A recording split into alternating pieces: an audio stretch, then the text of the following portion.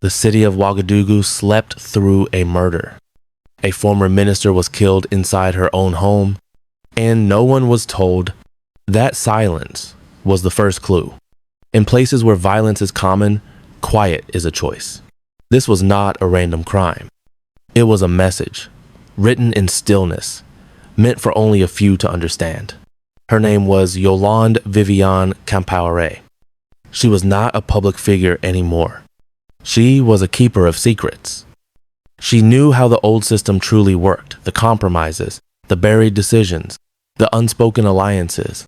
When a regime falls, the loud voices disappear. The quiet ones remain. They become living memory. And memory becomes dangerous when the present is rewriting history. Her death was clean, precise, and utterly controlled. No alarm was raised. No panic spilled into the streets. The city woke up unaware that a piece of the past had just been erased. Officials waited before speaking. When they did, their words were empty, a formality designed to reveal nothing. They offered facts without truth, because the truth would lead to questions they cannot afford to answer. How did the killers get in? Who knew her routines? Why was there no struggle? Each question points upward, toward power, not outward toward chaos. This was not an attack on a person. It was surgery on the past.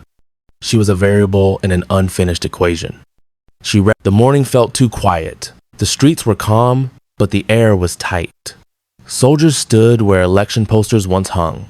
Phones worked, then suddenly didn't. People spoke, then chose silence. Nothing was officially wrong, yet everything felt managed. This was not an election, it was a test. After nearly 40 years under one leader, a single question hangs in the air. Can power change hands without force? Without fear? The state is not preparing for chaos. It is preparing for uncertainty. And uncertainty is the one thing long rule cannot control. Look closer. Armored vehicles parked just out of frame. Their presence isn't a response, it's a reminder. A reminder that final authority is not decided here. It is already present. It watches, it waits, but control has shifted.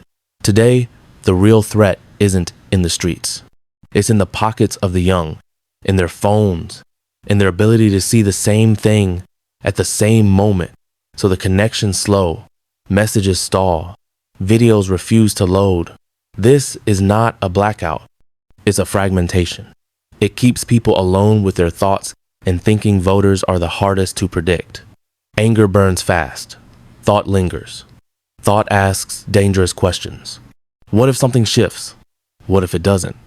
This generation inherited a system they never built. They hear the language of preservation, but they feel delay. Delay in jobs. Delay in voice.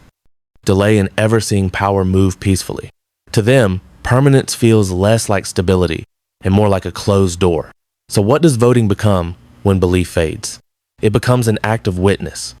People mark their ballot not to change the outcome, but to record the moment, to have proof they were here, that they tried. The system may survive this election, but it is measuring something fragile: trust. How long will people please like, subscribe, and comment your thought?